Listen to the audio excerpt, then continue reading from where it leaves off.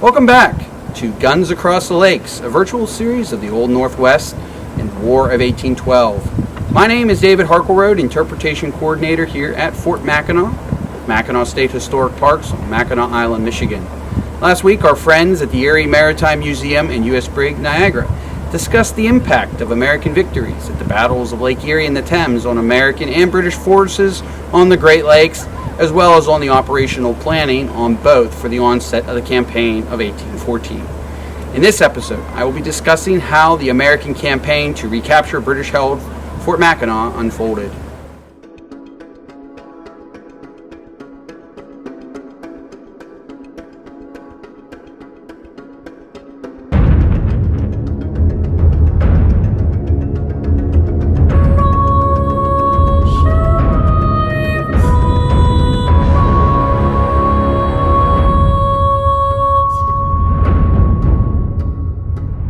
Following the decisive American victories at the battles of Lake Erie and Thames in the fall of 1813, the American strategic objective shifted north to recapture Fort Mackinac, which had been taken by the British at the outset of the War of 1812. The British anticipated this next move by the Americans and prepared for it by building Fort George, named after the king, a fortified blockhouse located about a mile north of Fort Mackinac on the highest point of the island, which would secure not only Fort Mackinac's back door, but also give a vantage point to see enemy ships coming from any direction. The American fleet would arrive on July the 25th, 1814, east of Round Island, located behind me. 2 days later, the naval commander, Captain Arthur Sinclair, would attempt to bombard Fort Mackinac from the harbor below. Unfortunately for the Americans, Sinclair would not be able to elevate the ship's guns high enough to effectively hit targets here on the fort walls. This would force Sinclair and U.S. Army Ground Force Commander Lieutenant Colonel George Croghan to plan an attack on the northwest end of the island and attempt to replay the British success there in 1812. So in the morning of August the 4th, the Americans are going to initiate the attack against Mackinac Island using land forces. Around 11 o'clock in the morning, they're going to begin with a bombardment of the beachhead from Sinclair's fleet and land over 700 troops on the northwest end of the island, about a mile and a half from my location, moving inland. The British are going to observe this movement, and MacDougall is going to clear out all of his forces from Fort Mackinac as well as Fort George, leaving about 20-odd militiamen there at each of those sites to defend them and march inland. The British are going to take a position here about in the middle of the island on the ridgeline that I'm standing on.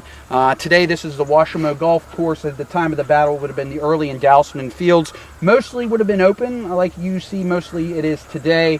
MacDougall will secure his center with two cannon, and his two flanks will be secured on the wood lines, both his left and his right flank. The Americans are going to arrive, and the action is going to begin around 3:15 in the afternoon.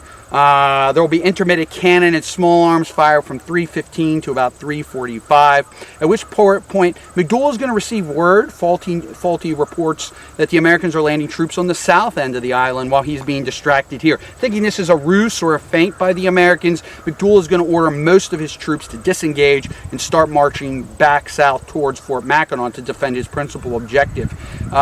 We don't know for sure, but likely inspired by this retrograde movement, the Americans are going to initiate their own flanking maneuver under the command of Major Andrew Hunter Holmes, second in command, into the right flank wood line of the British position. However, unbeknownst to Holmes, there are indigenous warriors situated inside the fort, or inside the wood line. Holmes is going to be killed.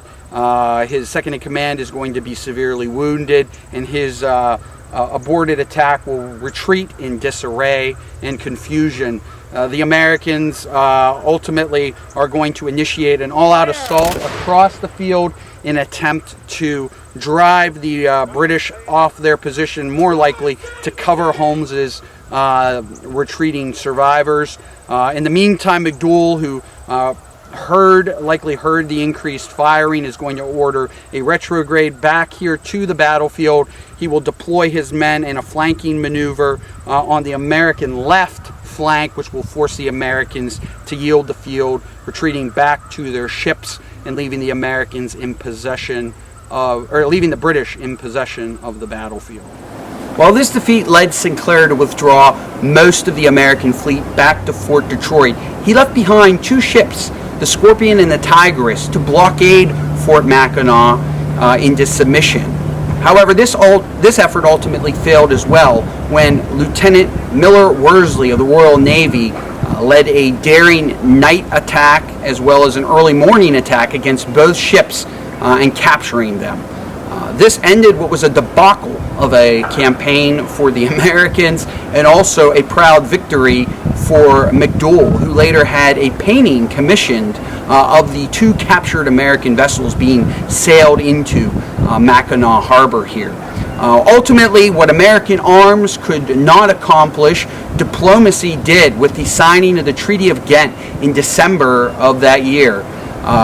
With the signing of that treaty, all previous possessions were returned to their original owners, including Fort Mackinac, leaving McDouall changing his attitude from one of a victorious feeling to one of bitterness, where he remarked, "As usual, our negotiators have been egregiously duped." While the end of the war had little post-war impact on territorial possessions of either the Americans or the British, this would not be true for indigenous peoples. The overall impact of the War of 1812 on the original inhabitants of the Great Lakes region will be discussed in next week's episode of Guns Across the Lakes with Eric Hemingway, the Director of Repatriation Archives and Records with the Little Traverse Bay Bands of Odawa Indians. And we hope you can join us again.